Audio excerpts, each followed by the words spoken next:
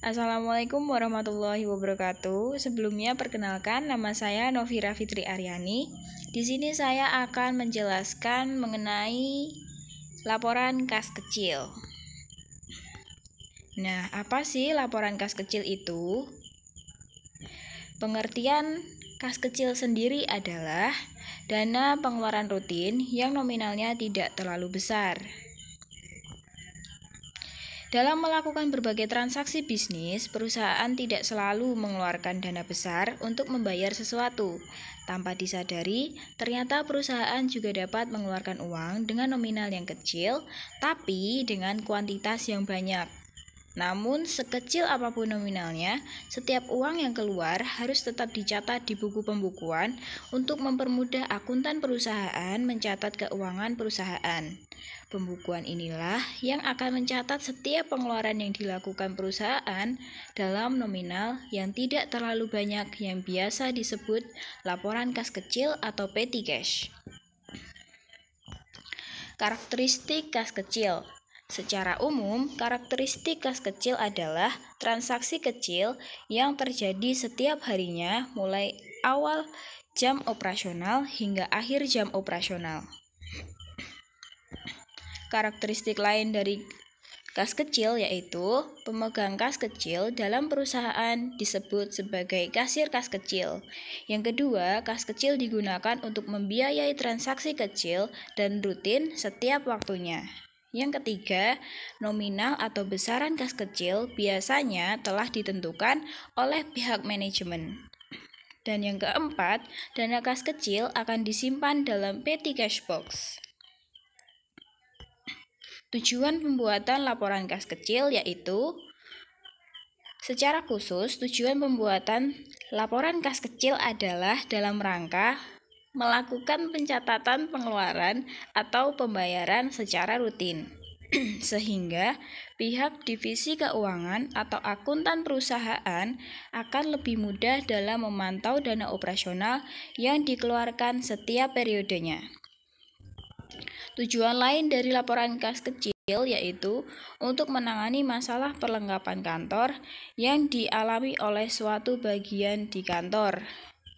Yang kedua, untuk menghindari cara pembayaran yang tidak ekonomis juga tidak praktis dalam pengeluaran yang jumlahnya relatif kecil dan mendadak. Yang ketiga, untuk meringankan beban staf karyawan dalam memberikan pelayanan secara maksimal kepada pelanggan juga termasuk kepada relasi bisnis pimpinan. Dan yang keempat, untuk mempercepat aktivitas atasan yang menggunakan dana secara mendadak dan juga tidak terencana sebelumnya. Fungsi dari laporan kas kecil ada 3, yaitu menghindari terjadinya kesalahan alokasi pembayaran. Yang kedua, mempercepat pengambilan keputusan insidental. Yang ketiga, meringankan pekerjaan karyawan. Metode pencatatan laporan kas kecil sendiri ada 2 cara, yaitu metode tetap atau impress fund system dan yang kedua metode berubah-ubah atau fluctuating fund system. Metode tetap. Pencatatan laporan kas kecil dengan metode tetap adalah metode pembukuan kas kecil yang jumlahnya selalu tetap. Setiap pengeluaran kas terjadi, pemegang petty cash tidak serta-merta langsung mencatatnya di buku jurnal kas kecil, tetapi hanya sekedar mengumpulkan bukti transaksi pengeluarannya. Ciri-ciri metode tetap yaitu yang pertama, bukti-bukti penggunaan dana kas kecil dikumpulkan oleh pengelola kas kecil. Yang kedua, pengisian dana kas kecil dilakukan dengan penarikan cek yang sama jumlahnya dengan dana kas kecil yang telah digunakan sehingga jumlah dananya kembali kepada jumlah yang ditetapkan semula. Langkah-langkah yang dapat dilakukan dalam metode tetap yaitu pembentukan dana kas kecil dimulai dengan pemegang kas yang diberi sejumlah uang tunai. Nantinya untuk pembayaran atas pengeluaran yang diperkirakan bisa memenuhi kebutuhan dalam waktu tertentu. Dana kas kecil dipergunakan untuk Pembayaran transaksi pengeluaran. Setelah dana kas kecil habis atau hampir habis, kasir akan membentuk kembali dana kas kecil, mengisinya sebesar jumlah nominal pengeluaran yang terjadi. Yang kedua, metode berubah-ubah atau fluctuating fund system.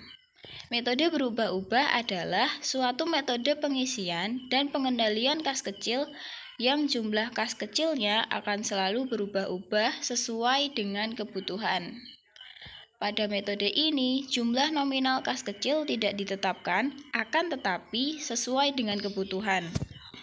Misalnya, saat pertama kali membuat kebijakan, perusahaan menetapkan jumlah nominal kas kecil sebesar 5 juta rupiah. Kemudian digunakan sesuai dengan kebutuhan dan kemudian kas kecil diisi kembali. Saat pengisian, jumlah pengisian kembali kas kecil tidak harus sama dengan jumlah nominal saldo awalnya, bisa kurang maupun lebih. Ciri-ciri metode berubah-ubah, yaitu pembentukan dan pengisian kembali dana kas kecil dicatat di debit dalam akun kas kecil. Yang kedua, bukti pengeluaran kas kecil dicatat dalam buku jurnal kas kecil dengan mendebit akun-akun yang terkait dengan penggunaan kredit akun kas kecil. Yang ketiga, besarnya jumlah dana kas kecil yang disediakan berfluktuasi disesuaikan dengan perkembangan kegiatan bagian-bagian pemakai dana. Contoh kas kecil yaitu dana konsumsi rapat, dana entertain klien, biaya transportasi kurir perusahaan, pembayaran reimburse karyawan, pembelian alat tulis kantor, biaya fotokopi berkas. Cara mengelola kas kecil. Dalam membuat dan melakukan pencatatan kas kecil, ternyata diperlukan cara khusus untuk mengelolanya dengan tepat. Cara mengelola kas kecil. Langkah-langkah yang dapat dilakukan dalam mengelola kas kecil yaitu: yang pertama, menetapkan batas saldo kas kecil. Kamu dapat menggunakan metode kas kecil yang sudah dijelaskan di atas tadi. Yang kedua, menentukan kasir kas kecil atau orang yang bertanggung jawab dalam pendistribusian uang kas kecil. Dan yang ketiga, pengisian kembali kas kecil sesuai dengan batas saldo yang telah ditetapkan. Jika saldo kas kecil minim, kasir harus mengajukan permohonan pengisian kembali pada financial controller. Yang keempat, penggunaan kas kecil.